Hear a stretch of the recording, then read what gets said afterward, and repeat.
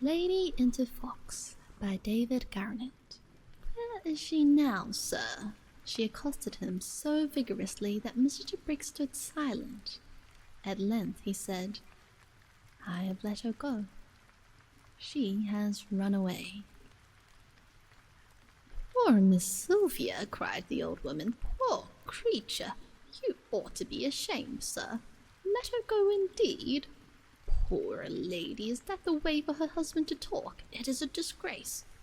But I saw it coming with the first.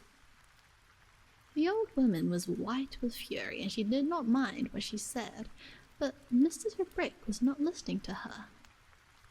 At last he looked at her and saw that she had just begun to cry, so he went out of the room and up to bed and lay down as he was, in his clothes, utterly exhausted, and fell into a dog's sleep, starting up every now and then with horror, and then falling back with fatigue. It was late when he woke up, but cold and raw, and he felt cramped in all his limbs. As he lay, he heard again the noise which had woken him, the trotting of several horses and the voices of men riding by the house. Mr. Brick jumped up and ran to the window and then looked out, and the first thing that he saw was a gentleman in a pink coat riding at walk down the lane. At this sight, Mr. Brick waited no longer, but pulling on his boots in a mad haste ran out instantly, meaning to say that they must not hunt, and how his wife was escaped and they might kill her. But when he found himself outside the cottage, words failed him and fury took possession of him so that he could only cry out, How dare you, you damned blackguard! And so, with a stick in his hand, he threw himself on the gentleman in the pink coat and seized the horse's rein, and catching the gentleman by the leg was trying to throw him. But really, it is impossible to say what Mr. Brick intended by his behaviour, or what he would have done, for the gentleman, finding himself suddenly assaulted in so unexpected a fashion by so strange a tousled and dishevelled figure, clubbed his hunting crop and dealt him a blow on the temple, so that he fell insensible. Another gentleman rode up at this moment, and they were civil enough to dismount and carry Mr. Brick into the cottage, where they were met by old Nanny, who kept wringing her hands, and told them Mr. Brick's wife had run away and she was a vixen, and that was the cause that Mr. Brick had run out and assaulted them. The two gentlemen could not help laughing at this, and mounting their horses rode on without delay, after telling each other that Mr. Brick, whoever he was certainly a madman, and the old woman seemed as mad as her master. This story, however, went the rounds of the gentry in those parts, and perfectly confirmed everyone in their previous opinion, namely that Mr. Brick was mad, and his wife had run away from him. The part about her being a vixen was laughed at by the few that heard it, but it was soon left out as immaterial to the story, and incredible in itself, though afterwards it came to be remembered, and its significance to be understood. When Mr. Brick came to himself, it was past noon, and his head was aching so painfully that he could only call to mind in a confused way what had happened. However, he sent off Mrs. Cork's son directly on one of his horses to inquire about the hunt. At the same time he gave orders to old Nanny that she was to put out food and water for her mistress on the chance that she might yet be in the neighbourhood. By nightfall, Simon was back with the news that the hunt had had a very long run, but had lost one fox, then, drawing a covert, had trapped an old dog fox, and so ended the day's sport. This put poor Mr. Brick in some hopes again, and he rose at once from his bed and went out to the wood and began calling his wife, but was overcome with faintness and lay down, and so passed the night in the open from mere weakness. In the morning he got back again to the cottage, but he had taken a chill, and so he had to keep his bed for 3 or 4 days after. All this time he had food put out for her every night, and though rats came to it and ate of it, there were never any prints of a fox. At last, his anxiety began working another way, that as he came to think it is possible that his vixen would have gone back to Stockholm, so he had his horses harnessed in the dog-cart and brought to the door, and then drove over to Rylands, though he was still in a fever and with a heavy cold upon him. After that he lived always solitary, keeping away from his fellows and only seeing one man called Eskew, who had been brought up a jockey at Wantage but was grown too big for his profession. He mounted this loafing fellow on one of his horses 3 days a week, and had him follow the hunt and report to him whenever they killed, and if he could view the fox so much the better, and then he made him describe it minutely, so he should know if it were his Sylvia. But he dared not trust himself to go himself, lest his passion should master him and he might commit a murder. Every night there was a hunt in the neighbourhood. He set the gates wide open at Rylands, and the house doors also, and taking his gun, stood sentinel in the hope that his wife would run in if she were pressed by the hounds, and so he could save her. But only once the hunt came near, when 2 foxhounds that had lost a main pack strayed onto his land, and he shot them instantly, and buried them afterwards himself. It was not long now to the end of the season, and it was the middle of March. But living as he did at this time, Mr. ʟᴏᴏ grew more and more to be a true misanthrope. He denied admittance to any that came to visit him, and rarely showed himself to his fellows, but went out chiefly in the early mornings before people were about, in the hope of seeing his beloved fox. Indeed, it was only this hope that he would see her again that kept him alive, for he had become so careless of his own comfort in every way that he very seldom ate a proper meal, taking no more than a crust of bread with a morsel of cheese in the whole day, though sometimes he would drink half a bottle of whisky to drown his sorrow, and to get off to sleep, for sleep fled from him, and no sooner did he begin dozing, but he always woke with a start, thinking he had heard something. He let his beard grow too, and though he had always been very particular in his person before, he was now utterly careless of it, gave up washing himself for a week or 2 at a stretch, and if there was dirt under his fingernails, let it stop there. All this disorder fed a malignant pleasure in him, for by now he had come to hate his fellow men, and was embittered against all human decencies and decorum. For strange to tell, he never once in these months regretted his dear wife, whom he had so much loved. No, all that he grieved for now was his departed vixen. He was haunted all this time not by the memory of a sweet and gentle woman, but by the recollection of an animal. A beast, it is true, that could sit at table and play piquet when it could, but for all that nothing really was a wild beast. His one hope now was the recovery of this beast, and of this he dreamed continually. Likewise, both waking and sleeping, he was visited by visions of her mask, her full white-tagged brush, white throat, and the thick fur in her ears all haunted him. Every one of her foxy ways was now so absolutely precious to him that I believed that if he had known for certain she was dead, and had thoughts of marrying a second time, he would never have been happy with a woman. No, indeed, he would have been more tempted to get himself a tame fox, and would have counted that as good a marriage as he could make. Yet this all proceeded, one may say, from a passion and a true conjugal fidelity, that it would be hard to find matched in this world.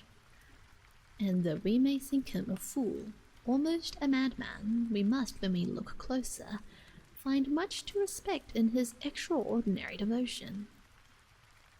How different indeed was he from those who, if their wives go mad, shut them in madhouses and give themselves up to concubinage, and nay, what is more, there are many who extenuate such conduct too.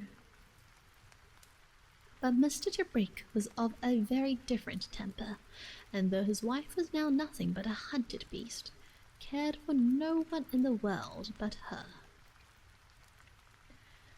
But this devouring love ate into him like a consumption, and so that by sleepless nights, not caring for his person, in a few months he was worn to the shadow of himself. His cheeks were sunk in, his eyes hollow but excessively brilliant, and his whole body had lost flesh, so that looking at him the wonder was that he was still alive. Now that the hunting season was over, he had less anxiety for her, yet even so he was not positive that the hounds had not got her. For between the time of his setting her free and the end of the hunting season, just after Easter, there were but 3 vixens killed near. Of those 3, one was a half-blind or wall-eyed, and one was a very grey, dull-coloured beast. The third answered more to the description of his wife, but that it had not much black on the legs, whereas in her, the blackness of the legs was very plain to be noticed. But yet his fear made him think that perhaps she had got mired in running, and the legs being muddy were not remarked on as black. One morning the first week in May, about 4 o'clock, when he was out waiting the little copse, he sat down for a while in the tree stump, and when he looked up, saw a fox coming towards him over the ploughed field. It was carrying a hare over its shoulder, so that it was nearly all hidden from him. At last, when it was not 20 yards from him, it crossed over, going into the copse, when Mr. Tibrick stood up and cried out, "Sylvia, Sylvia, is it you?" The fox dropped the hare out of his mouth and stood looking at him. And then our gentleman saw at the first glance that this was not his wife. For whereas Mrs. Tibrick had been of a very bright red, this was a swarthier, duller beast altogether. Moreover, it was a good deal larger and higher at the shoulder, and had a great white tag to his brush. But the fox after the first instant did not stand for his portrait, you may be sure, but picked up his hare and made off like an arrow. Then Mr. Tibrick cried out to himself, "Indeed, I am crazy now. My affliction has made me lose what little reason I ever had. Here I am, taking every fox I see to be my wife. My neighbours call me a madman, and now I see that they are right. Look at me now, oh God, how foul a creature I am. I hate my fellows. I am thin and wasted by this consuming passion. My reason is gone, and I feed myself on dreams. Recall me to my duty. Bring me back to decency. Let me not become a beast otherwise, but restore me and forgive me, oh my Lord." With that, he burst into scalding tears and knelt down and prayed, a thing he had not done for many weeks.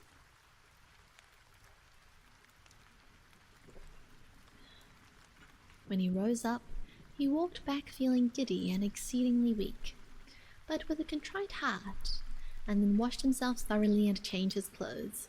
But his weakness increasing, he lay down for the rest of the day, but read in the book of Job and was much comforted. For several days after this he lived very soberly, for his weakness continued, but every day he read in the Bible and prayed earnestly, so that his resolution was so much strengthened that he determined to overcome his folly or his passion if he could, and at any rate to live the rest of his life very religiously. So strong was this desire in him to amend his ways, that he considered if he should not go to spread the gospel abroad, for the Bible Society, and so spend the rest of his days. Indeed, he began a letter to his wife's uncle, the canon, and he was writing this when he was startled by hearing a fox bark. Yet so great was this new turn he had taken that he did not rush out at once, as he would have done before, but stayed where he was and finished his letter.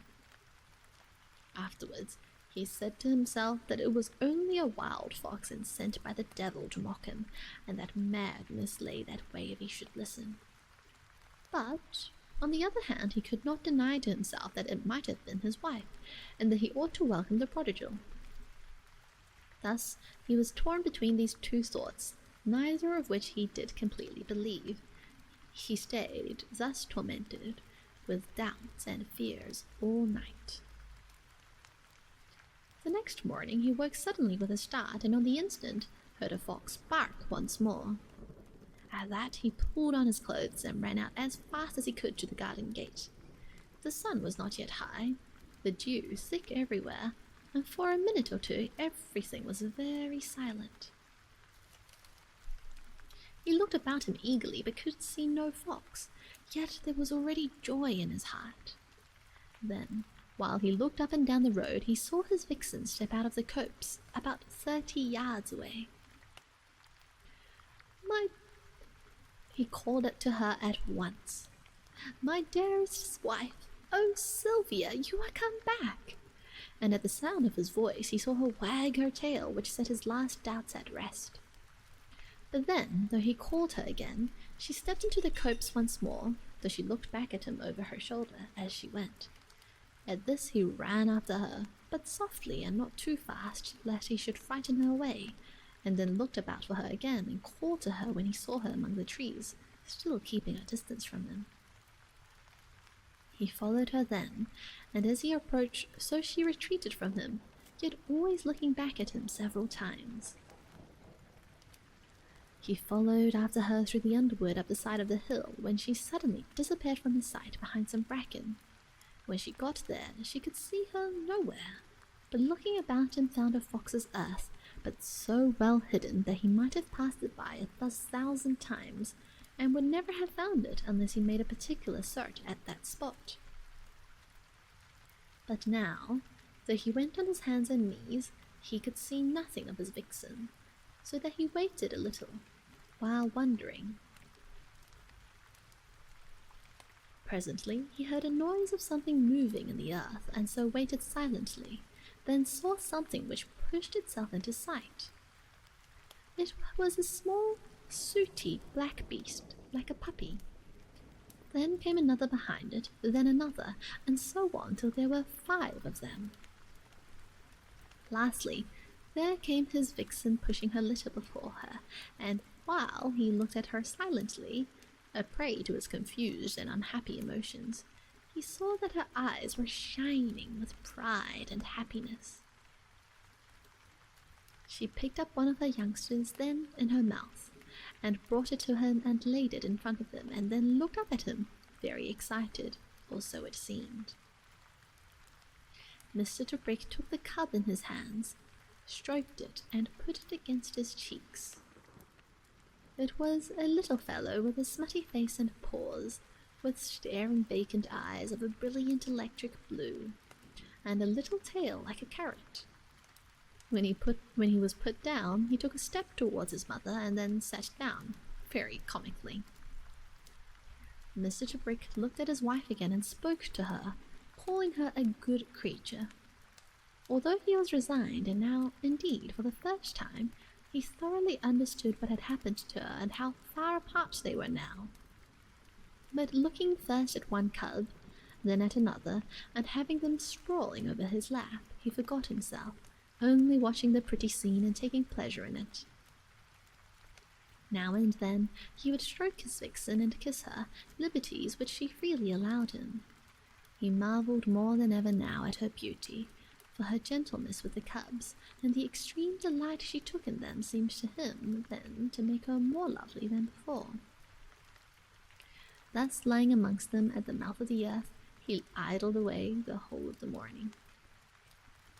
First he would play with one, then with another, rolling them over and tickling them, but they were too young yet to lend themselves to any more active sport than this. Every now and then he would stroke his vixen or look at her, and thus the time slipped away quite fast, and he was surprised when she gathered her cubs together and pushed them before her into the earth, then coming back to him once or twice very humanly, bid him goodbye, and that she hoped she would see him soon again now he had found out the way. So admirably did she express her meaning that it would have been superfluous for her to have spoken had she been able, and Mr. Tobrick, who was used to her, got up at once and went home. But now that he was alone, all the feelings which he had not troubled himself with when he was with her, but had, as it were, put aside till after his innocent pleasures were over, all these came swarming back to assail him in 100 tormenting ways. Firstly, he asked herself, was not his wife unfaithful to him? Had she not prostituted herself to a beast? Could he still love her after that? But this did not trouble him so much as it might have done, for now he was convinced inwardly that she could no longer in fairness be judged as a woman, but as a fox only. And as a fox she had done no more than other foxes. Indeed, in having cubs and tending them with love, she had done well. Whether in this conclusion Mr. ʟᴏᴏ was in the right or not, it is not for us here to consider. But I would only say to those who would censure him for a too lenient view of the religious side of the matter, that we have not seen the thing as he did, and perhaps if it were displayed before our eyes, we might have been led to the same conclusions. This was, however, not a tenth part of the trouble in which Mr. ʟᴏᴏ found himself, for he asked himself also, was he not jealous? And looking into his heart, he found that he was indeed jealous, yes, and angry too, that now he must share his vixen with wild foxes. Then he questioned himself if it were not dishonourable to do so, and whether he should not utterly forget her, follow his original intention of retiring from the world, and see her no more. Thus he tormented himself for the rest of that day, and by evening he had resolved never to see her again. But in the middle of the night he woke up with his head very clear, and said to himself in wonder, "Am I not a madman? I torment myself foolishly with fantastic notions. Can a man have his honour sullied by a beast? I am a man. I am immeasurably superior to the animals. Can my dignity allow of my being jealous of a beast? 1,000 times no. Were I to lust after a vixen, I were a criminal indeed. I can be happy in seeing my vixen, for I love her, but she does right to be happy according to the laws of her being." Lastly, he said to himself what was, he felt, the truth of this whole matter. When I am with her, I am happy, but now I distort what is simple and drive myself crazy with false reasoning upon it. Yet, before he slept again, he prayed, but though he had thought first to pray for guidance, in reality he prayed only that on the morrow he would see his vixen again, and that God would preserve her, and her cubs too, from all dangers, and would allow him to see them often, so that he might come to love them for her sake, as if he were their father, and that if this were a sin, he might be forgiven, for he sinned in ignorance. The next day or two he saw vixen and cubs again, but his visits were cut shorter, and these visits gave him such an innocent pleasure that very soon his notions of honour, duty, and so on were entirely forgotten, and his jealousy lulled asleep. One day he tried taking with him the stereoscope and a pack of cards. But though his Sylvia was affectionate and amiable enough to let him put the stereoscope over her muzzle, yet she would not look through it, but kept turning her head to lick his hand, and it was plain to him now that she had quite forgotten the use of the instrument. It was the same, too, with the cards, for with them she was pleasing enough, but only delighting to bite at them and flip them about with her paws, and never considering for a moment whether they were diamonds, or clubs, or hearts or spades, or whether the card was an ace or not. So it was evident that she had forgotten the nature of cards too. Thereafter he only brought them things which she could better enjoy, that is, sugar, grapes, raisins, and butcher's meat. By and by, as the summer wore on, the cubs came to know him, and he them, so that he was able to tell them easily apart, and then he christened them. For this purpose he brought a little bowl of water, sprinkled them as if in baptism, and told them he was their godfather, and gave each of them a name, calling them Sorrel, Casper, Selwyn, Esther, and Angelica. Sorrel was a clumsy little beast of a cheery and indeed puppyish disposition. Casper was fierce, the largest of the five, and even in his play he would always bite, and gave his godfather many a sharp nip as time went on. Esther was of a dark complexion, a true brunette, and very sturdy. Angelica was the brightest red and the most exactly like a mother, while Selwyn was the smallest cub of a very prying, inquisitive, and cunning temper, but delicate and undersized. Thus Mr. Brick had a whole family now to occupy him, and indeed came to love them with very much of a father's love and partiality. His favourite was Angelica, who reminded him so much of her mother in her pretty ways, because of a gentleness which was lacking in the others, even in their play. After her in his affections came Selwyn, whom he soon saw was the most intelligent of the whole litter. Indeed, he was so much more quick-witted than the rest that Mr. Brick was led into speculating as to whether he had not inherited something of the human from his dam. Thus, very early, he learnt to know his name, and would come when he was called, and what was stranger still, he learnt the names of his brothers and sisters before they came to do so themselves. Besides all this, he was something of a young philosopher, for though his brother Casper tyrannized over him, he put up with it all with an unruffled temper. He was not, however, above playing tricks on the others, and one day when Mr. Brick was by, he made believe that there was a mouse in a hole some little way off. Very soon he was joined by Sorrel, and presently by Casper and Esther. When he had got them all digging, it was easy for him to slip away, and then he came to his godfather with a sly look, sat down before him and smiled, then jerked his head over towards the others and smiled again, and wrinkled his brows, so that Mr. Brick knew as well as if he had spoken that the youngster was saying, "Have I not made fools of them all?" He was the only one that was curious about Mr. Brick. He made him take out his watch, put his ear to it, considered it, and wrinkled up his brows in perplexity.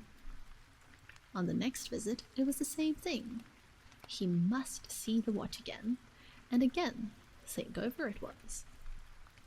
But clever as he was, little Selwyn could never understand it, and if his mother remembered anything about watches, it was a subject which she never attempted to explain to her children.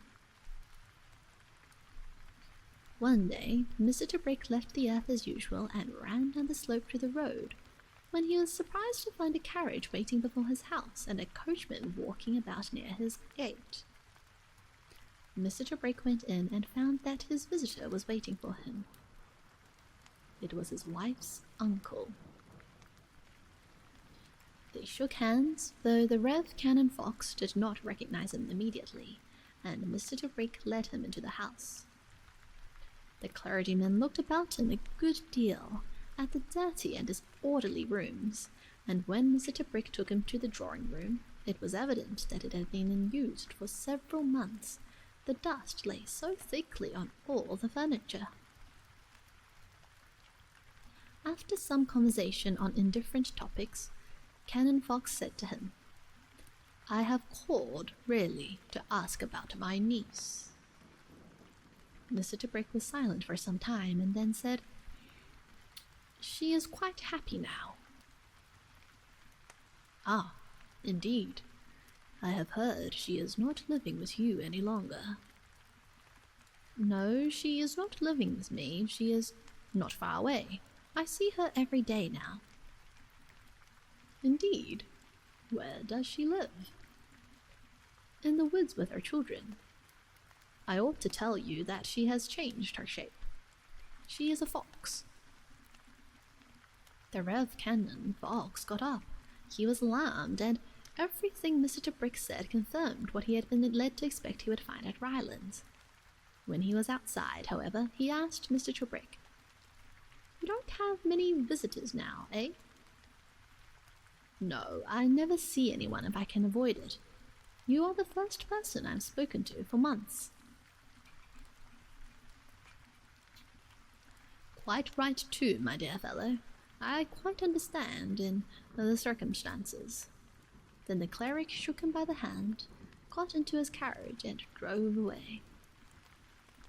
At any rate, he said to himself, there will be no scandal. He was relieved also because Mr. Tibrick had said nothing about going abroad to disseminate the gospel. Canon Fox had been alarmed by the letter, had not answered it, and thought that it was always better to let things be and never to refer to anything unpleasant. He did not at all want to recommend Mr. Tibrick to the Bible Society, if he were mad. His eccentricities would never be noticed at Stockholm. Besides that, Mr. Tibrick had said he was happy. He was sorry for Mr. Tibrick too, and he said to himself that this queer girl, his niece, must have married him because he was the first man she had met. He reflected also that he was never likely to see her again, and said aloud, when he had driven some little way, "Not an affectionate disposition, then," to his coachman. "No, that's all right. Drive on, Hopkins."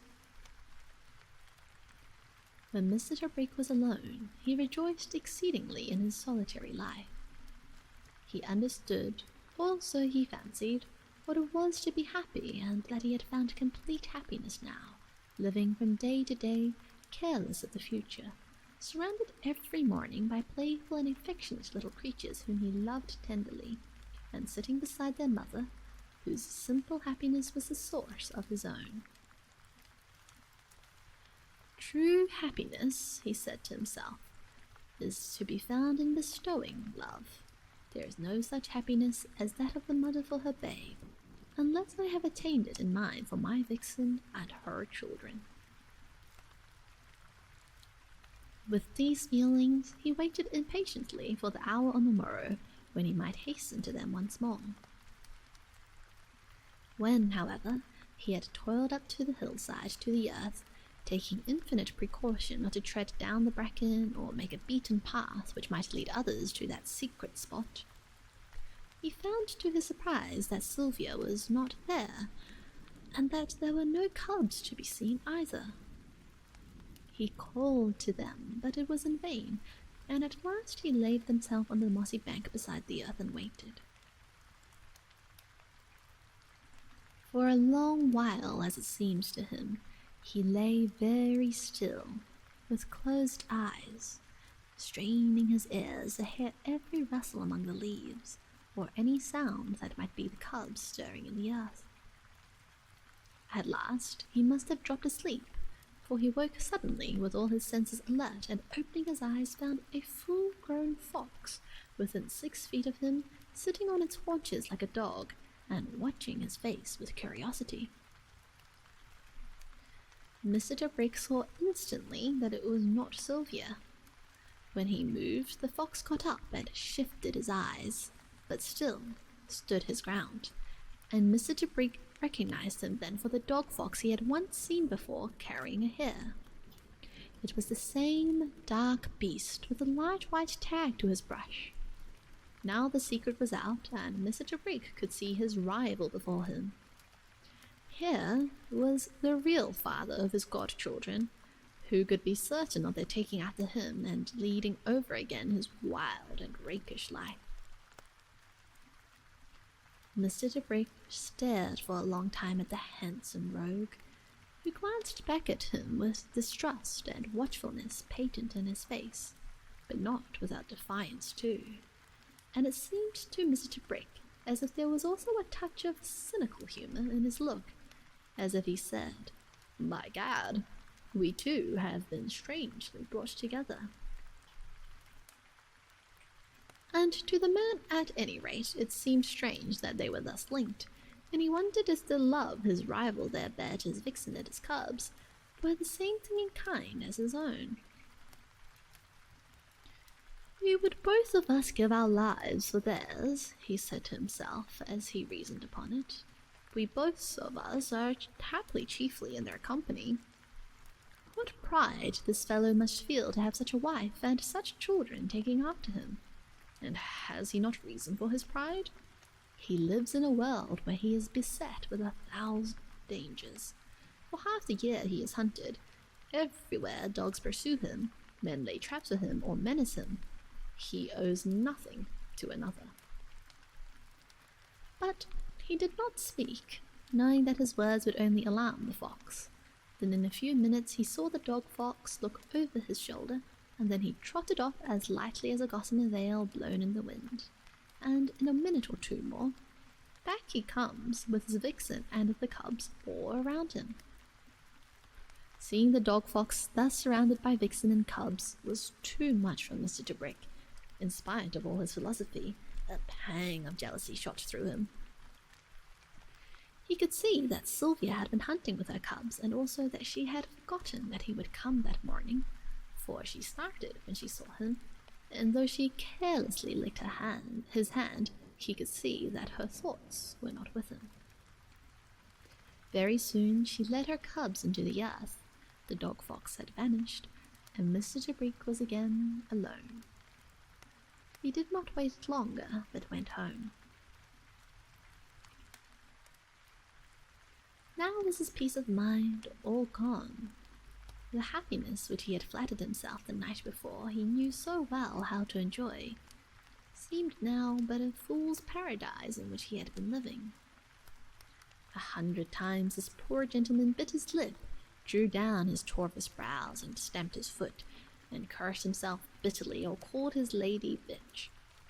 He could not forgive himself neither that he had not thought of the damned dog fox before, but all the while had let the cubs frisk round him, each a one a proof that a dog fox had been at work with his vixen.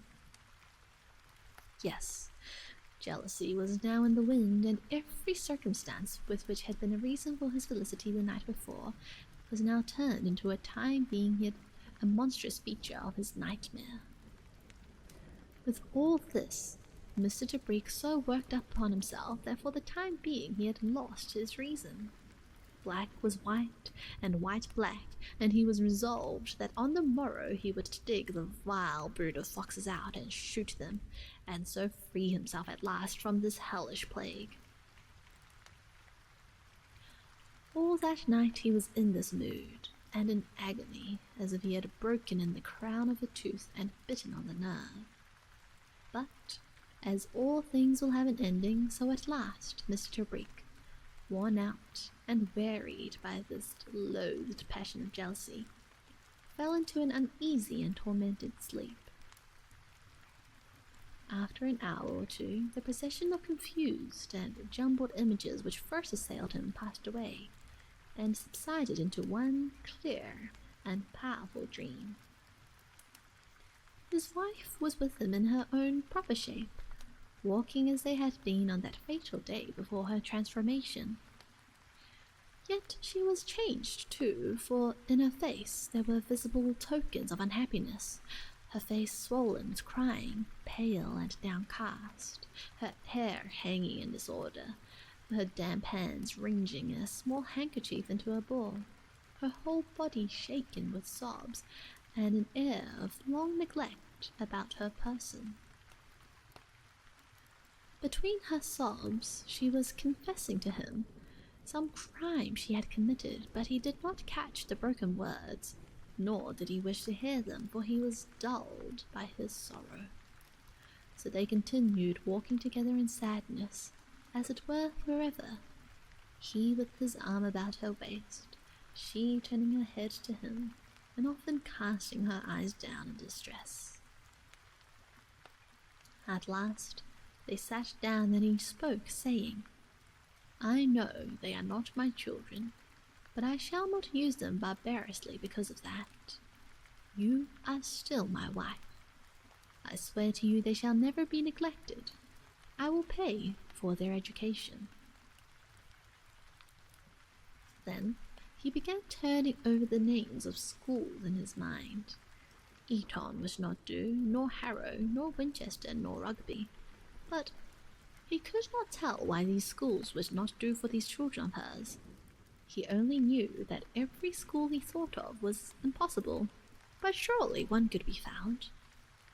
So turning over the names of schools, he sat for a long while, holding his dear wife's hand, till at length, still weeping, she got up and went away, and then slowly he awoke. But even when he had opened his eyes and looked about him, he was thinking of schools, saying to himself that he must send them to a private academy, or even at worst engage a tutor. Why, yes, he said to himself, putting one foot out of the bed, that is what it must be, a tutor, though even then there will be difficulty at first. At those words he wondered what difficulty there would be, and recollected that they were not ordinary children. No, they were foxes, mere foxes. When poor Mr. ʟᴏᴏ had remembered this, he was, as it were, dazed or stunned by the fact, and for a long time he could understand nothing, but at last burst into a flood of tears, compassionating them and himself too. The awfulness of the fact itself, that his dear wife should have foxes instead of children, filled him with an agony of pity, and at length, when he recollected the cause of their being foxes, that is, that his wife was a fox also, his tears broke out anew, and he could bear it no longer, but began calling out in his anguish, and beat his head once or twice against the wall, and then cast himself down on his bed again, and wept, sometimes tearing the sheets asunder with his teeth. The whole of that day, for he was not to go to the earth till the evening, he went about sorrowfully, torn by true pity for his poor vixen and her children.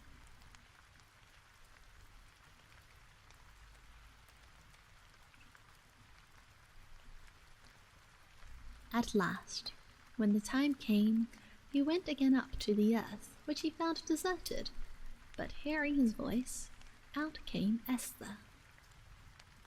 But though he called the others by their names, there was no answer, and something in the way the cub greeted him made him fancy she was indeed alone. She was truly rejoiced to see him, and scrambled up into his arms, and thence to his shoulder, kissing him, which was unusual in her, though natural enough in her sister Angelica. He sat down a little way from the earth, fondling her, and fed her with some fish he had brought for her mother, which she ate so ravenously that he concluded she must have been short of food that day, and probably alone for some time. At last, while he was sitting there, Esther pricked up her ears, started up, and presently Mr. ʟᴏᴏ saw his vixen come towards them. She greeted him very affectionately, but it was plain had not much time to spare, for she soon started back whence she had came, with Esther at her side. When they had gone about a rod, the cub hung back and kept stopping and looking back at the earth, and at last turned and ran back home. But her mother was not to be fobbed off, so she quickly overtook her child, and, gripping her by the scuff, began to drag her along with her. Mr. ʟᴏᴏ, saying then how matters stood, spoke to her, telling her he would carry Esther, she would lead. So after a little while, Sylvia gave her over, and then they set about on their strange journey. Sylvia went running on a little before, while Mr. ʟᴏᴏ followed after, with Esther in his arms, whimpering and struggling now to be free, and indeed once she gave him a nip with her teeth. This was not so strange a thing to him now, and he knew the remedy for it, which is much the same as with others whose tempers run too high, and that is a taste of it themselves. Mr. ʟᴏᴏ shook her, and gave her a smart little cuff, after which, though she sulked, she stopped her biting. They went thus above a mile, circling his house, and crossing the highway until they gained a small covert that lay with some waste fields adjacent to it. And by this time it was so dark that it was all Mr. ʟᴏᴏ could do to pick his way, for it was not always easy for him to follow where his vixen found a big enough road for herself. Why, at length they came to another earth, and by the starlight, Mr. Tabrik could just make out the other cubs skylarking in the shadows.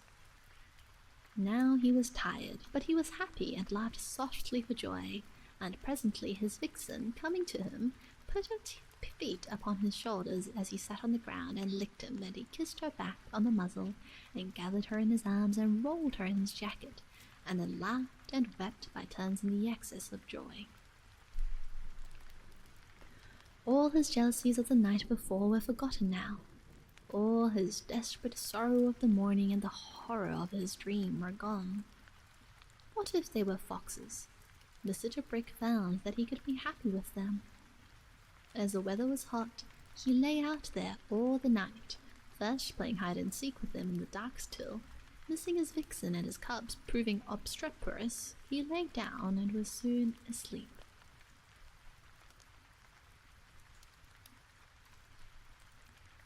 He was wakened up soon after dawn by one of the cubs tugging at his shoelaces in play.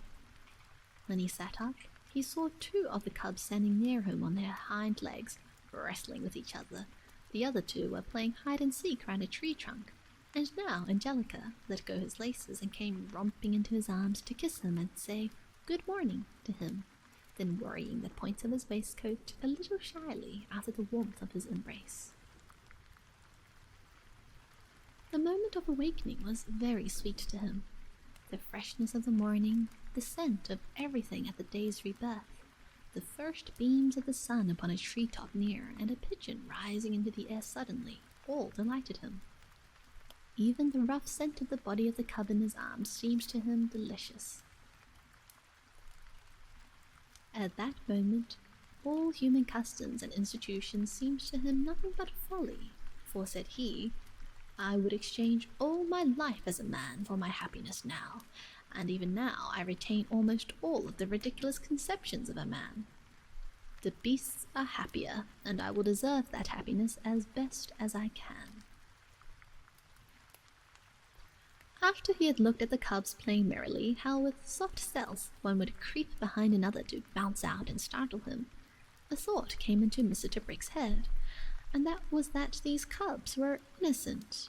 They were stainless snow, and they could not sin, for God had created them to be thus, and they could break none of his commandments.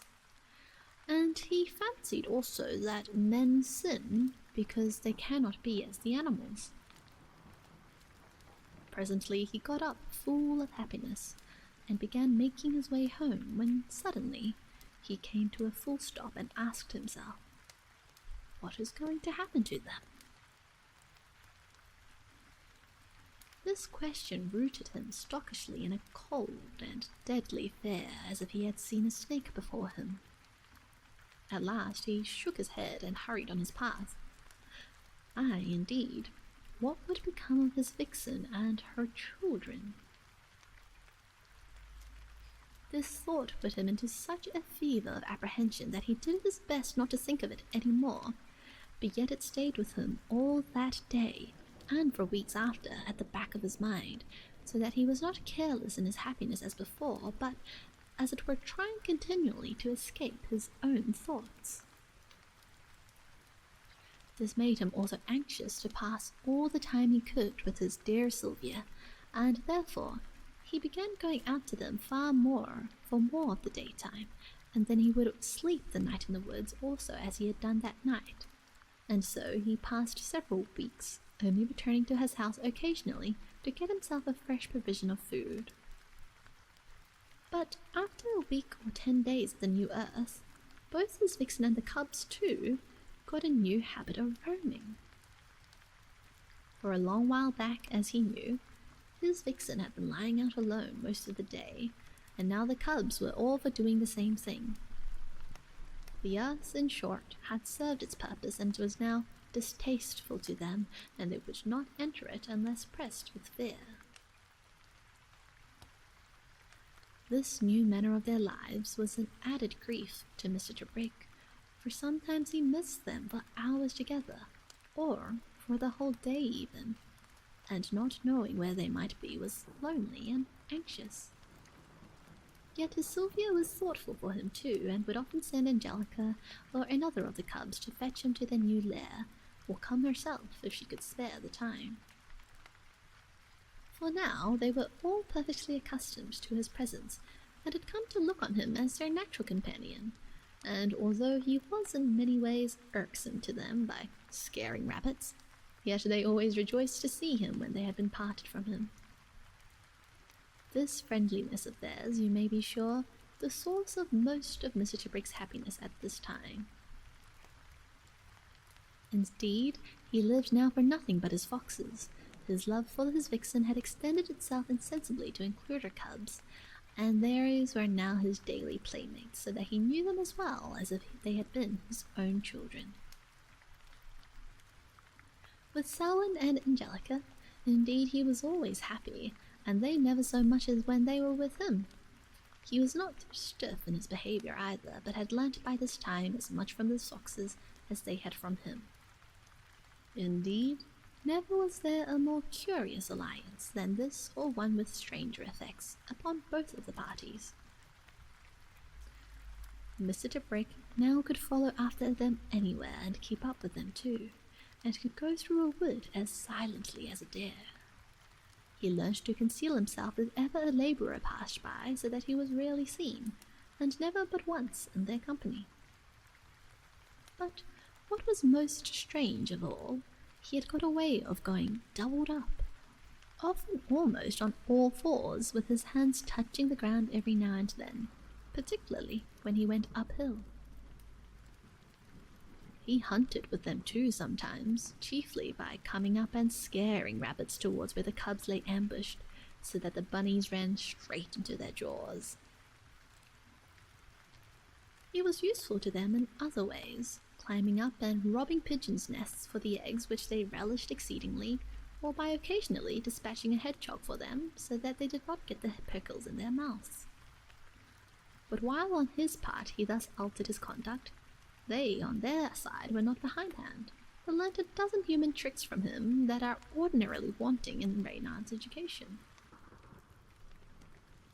One evening he went to a cottager who had a row of skeps and bought one of them, just as it was after the man had smothered the bees. This he carried to the foxes that they might taste the honey, for they had seen them dig out wild beasts' nests often enough. The skepful was indeed a wonderful feast for them. They bit greedily into the heavy-scented comb. Their jaws were drowned in this sticky flood of sweetness, and they gorged themselves on it without restraint. When they had crunched up the last morsel, they tore the skep in pieces, and for hours afterwards they were happily employed in licking themselves clean. That night he slept near the lair, but they left him and went hunting. In the morning he was quite numb with cold, and faint with hunger. A white mist hung over everything, and the wood smelt of autumn. He got up and stretched his cramped limbs, and then walked homewards. The summer was over, and Mr. Tibrick noticed this now for the first time, and was astonished. He reflected that the cubs were fast growing up. They were foxes at all points, and yet when he thought of the time when they had been sooty and had blue eyes, it seemed to him only yesterday. From that he passed to thinking of the future, asking himself as he had done once before what would become of his vixen and her children. Before the winter he must tempt them into the security of his garden, and fortify it against all the dangers that threatened them. But though he tried to allay his fear with such resolutions, he remained uneasy all that day. When he went out to them that afternoon, he found only his wife Sylvia there, and it was plain to him that she too was alarmed. But alas, poor creature, she could tell him nothing, only lick his hands and face, and turn about, pricking her ears at every sound. "Where are your children, Sylvia?" he asked her several times, but she was impatient of his questions, but at last sprang into his arms, flattened herself against his breast, and kissed him gently, so that when he departed his heart was lighter, because he knew that she still loved him. That night he slept indoors, But in the morning early he was awoken by the sound of trotting horses, and running to the window saw a farmer riding by very sprucely dressed. Could they be hunting so soon, he wondered, but presently reassured himself that it could not be a hunt already. He heard no other sound till 11 o'clock in the morning, when suddenly there was a clamour of hounds giving tongue, and not so far off are neither. At this, Mr. ʟᴏᴏ ran out of his house distracted and set up open the gates of his garden, but with iron bars and wire at the top so the huntsman could not follow. There was silence again. It seems the fox must have turned away, for there was no other sound of the hunt. Mr. ʟᴏᴏ was now like one helpless with fear. He dared not go out, yet could not stay still at home. There was nothing that he could do, yet he would not admit this, so he busied himself in making holes in the hedges so that Sylvia or her cubs could enter from whatever side she came. At last, he forced himself to go indoors and sit down and drink some tea. While he was there, he fancied he heard the hounds again. It was but a faint, ghostly echo of their music, yet when he ran out of the house, it was already close at hand in the copse above. Now it was that poor Mr. ʟᴏᴏ made his great mistake, for hearing the hounds almost outside the gate, he ran to meet them, whereas rightly he should have run back to the house. As soon as he reached the gate, he saw his wife Sylvia coming towards him, but very tired with running, and just upon her the hounds.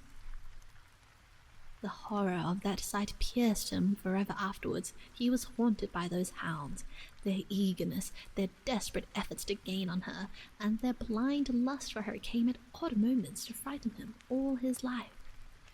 Now he should have run back, though it was already late, but instead he cried out to her, and she ran straight through the open gate to him. What followed was all over in a flash, but it was seen by many witnesses. The side of Mr. ʟᴏᴏ's garden there is bounded by a wall, about 6 feet high and curving round, so that the huntsman could see over this wall inside. One of them indeed put his horse at it very boldly, which was risking his neck, and although he got over safe, was too late to be of much assistance. His vixen had at once sprung into Mr. ʟᴏᴏ's arms, and before he could turn back, the hounds were upon them and pulled them down. Then, at that moment, there was a scream of despair heard by all the field that had come up, which they declared afterwards was more like a woman's voice than a man's. But yet, there was no clear proof whether it was Mr. ʟᴏᴏ or his wife who had suddenly regained her voice. When the huntsman who had leapt the wall got to them and had whipped off the hounds, Mr. ʟᴏᴏ had been terribly mauled and was bleeding from 20 wounds. As for his vixen, she was dead, though he was still clasping her dead body in his arms. Mr. ʟᴏᴏ was carried into the house at once, and assistance sent for. But there was no doubt now about his neighbours being in the night when they called him mad. For a long while his life was despaired of, but at last he rallied, and in the end he recovered his reason and lived to be a great age. For that matter, he is still alive.